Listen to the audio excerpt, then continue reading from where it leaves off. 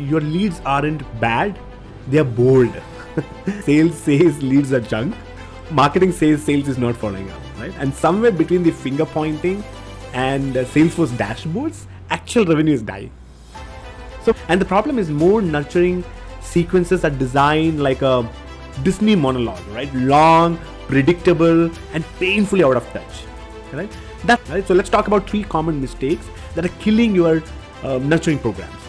Just because someone is a VP engineering doesn't mean that they all care about the same messaging. We spoke about how the behavioral intent is greater than the job title, always, right? A buyer kind of told me once that he stopped opening my emails, not because he wasn't interested, but because every vendor sounded the same. Look at it like a segment by state of mind, not job title, right? Instead, create micro journeys, not linear sequences. Create offers just for middle stage, right?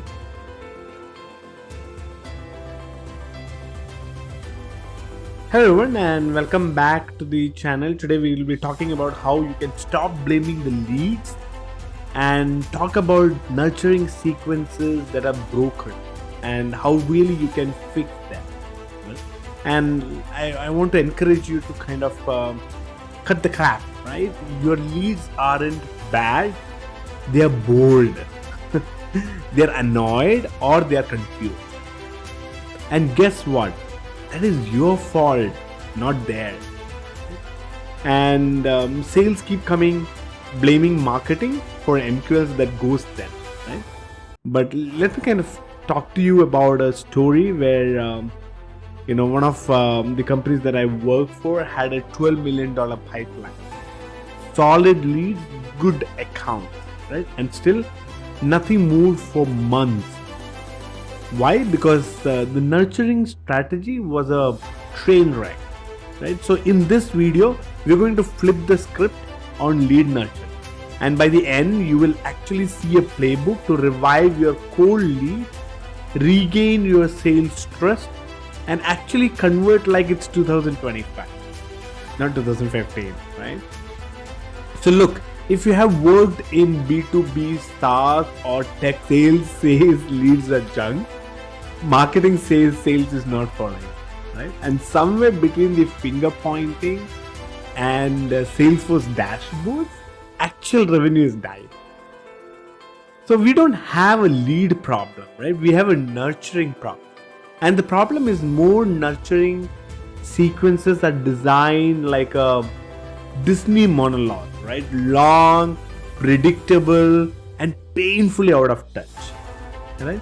That's not nurture. That's spam wearing a suit, right? If you're thinking last chance to register, we have noticed you haven't, or thought you would like this white paper, that's just not nurture, right? That's spam wearing a suit.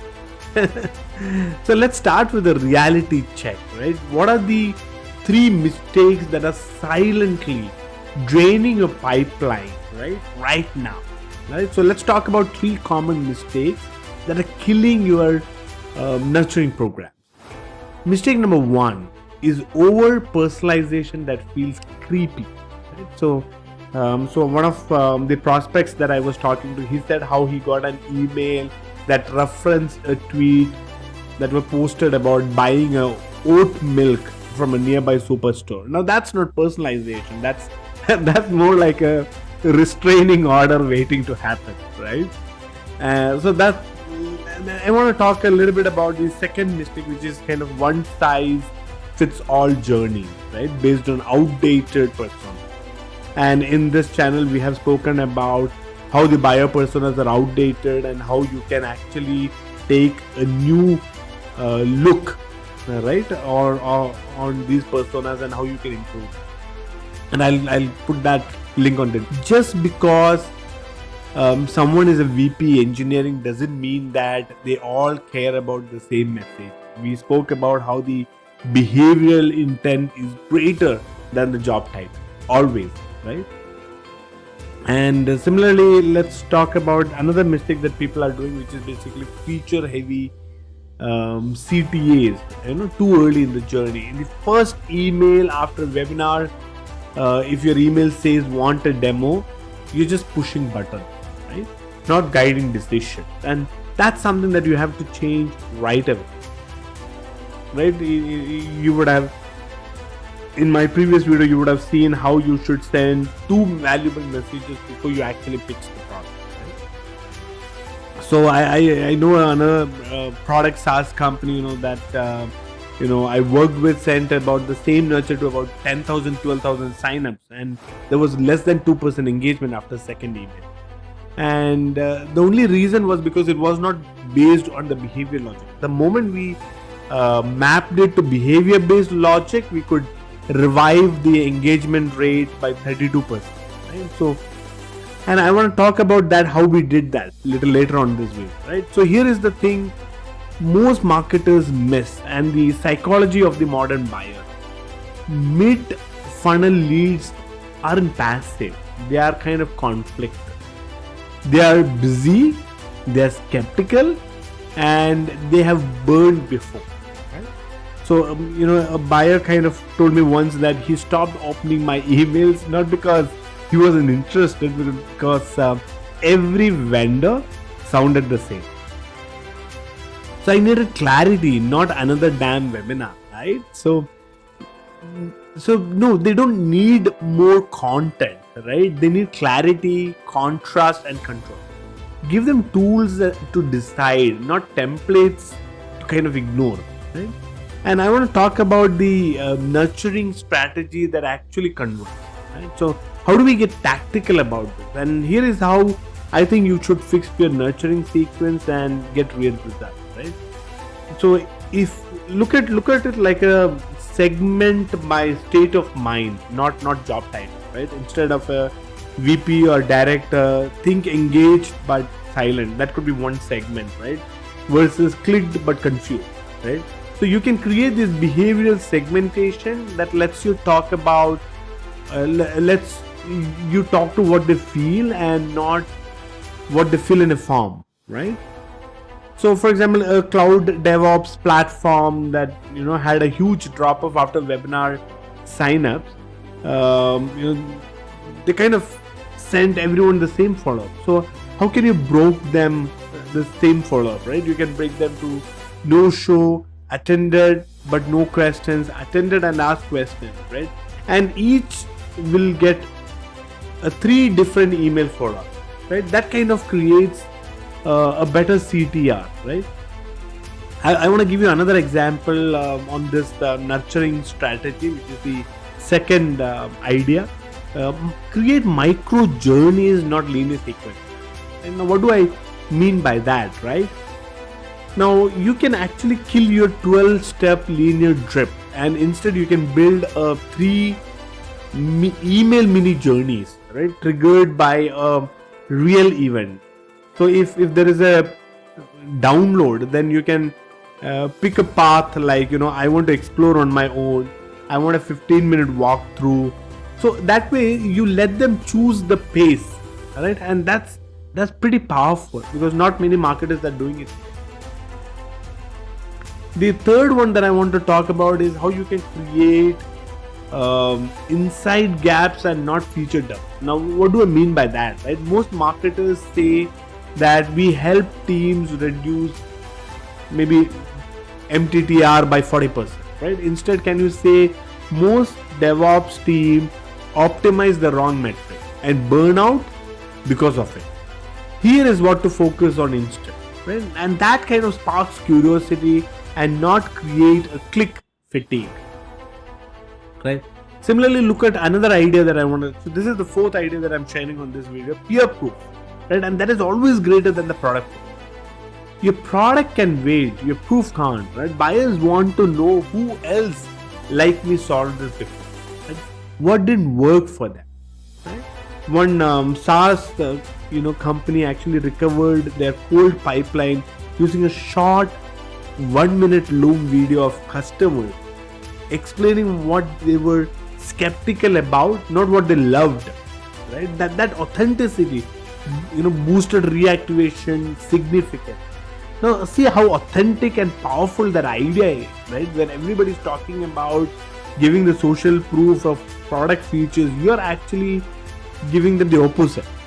right? You are actually giving them the proof, peer proof, right, of what they solved and what they didn't like before, what didn't work for them. Nobody likes to talk, so it's also like that book that was written by, I think, Jay, Hug Your Haters, right? So talk about that a little bit. The fifth one is monetize the mid fund, right? And this is the least used and I think most powerful tactic, right? You create offers just for middle stage, right? So for example, can you invite to ask me questions with your product, or can you offer a tear down of the current stack, right? Can you create a peer round table to compare channels? Now these are not pitch, right? These are like permission based path, if you will, right? And then or permission marketing, if you will, right, to some extent, right? So look at how you can use these in your regular campaigns or A/B campaigns, right? Like inviting them to ask me questions, or offering a tear down of their current technology stack, or creating a peer roundtable to compare channels. Now I have a framework that I want to share on this video, and that I kind of share with my colleagues, and if based on where they are in their transformational stage, right? And I call this really the bridge method, and the B stands for behavior based segment, right? So like I said, that the behavior intent is always greater than the job title, right? And we spoke about how people are clicked but confused, and how you can create different segments, right? Who attended but asked questions, attended but no questions. So you can create different behavior based segmentations, and don't wait for leads to say that I'm interested. Don't wait for leads to raise their hand. Action speaks louder than words. So watch what they do, right? And in the bridge, the second letter R stands for real world content. Speak to the moment, right? Launch, nurture journeys around product releases, news events, and internal triggers, right? And then the third one is I stands for insight-led content. Like I was talking to you that most companies use this tactic and burn out. Here is the insight that will change how you do it.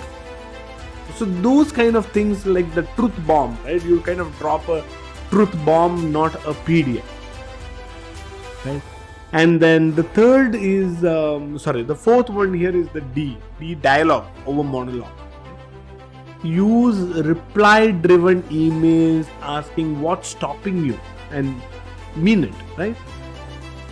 So look at how you can create a conversation rather than just growth loop, rather than just a monologue, right? The next one is here is the growth loop, right? Measure and optimize based on stage specific drop, right? And you can test these to look at how you can create a stage specific drop off, whether it's buying stages, or whether it's awareness, consideration, decision, or whatever that is. The last one is how you can create event based, right? Build sequence not around time, not like 1 week, 3 weeks, 7 days, 2 days, but around behavior. When somebody watches a video, what you should do compared to when somebody downloads a case study, compared to somebody who attended a webinar, right? So you can create a behavior like watch the video, email, reply, call, ignore, retarget. So that could be your, that could be your flow, right? So if somebody watched the video, you email, and if they replied, then you call. If they ignored, then you do retarget. So here is your takeaway, right? Your leads aren't bad, but your nurture might be irrelevant, right? Tone deaf, or just too damn long, right? Audit one nurture sequence this week and ask yourself, is it by behavior driven, and does it spark insight? Would you respond to it, right? And here's the challenge, right? Drop in the comments what is the biggest dropping point in your funnel right now, and what are you doing about it, right? So as usual, don't forget to like, subscribe, and share this with fellow marketers who keep blaming sales, or a salesperson who keeps blaming marketing, right? Until next time, cheers.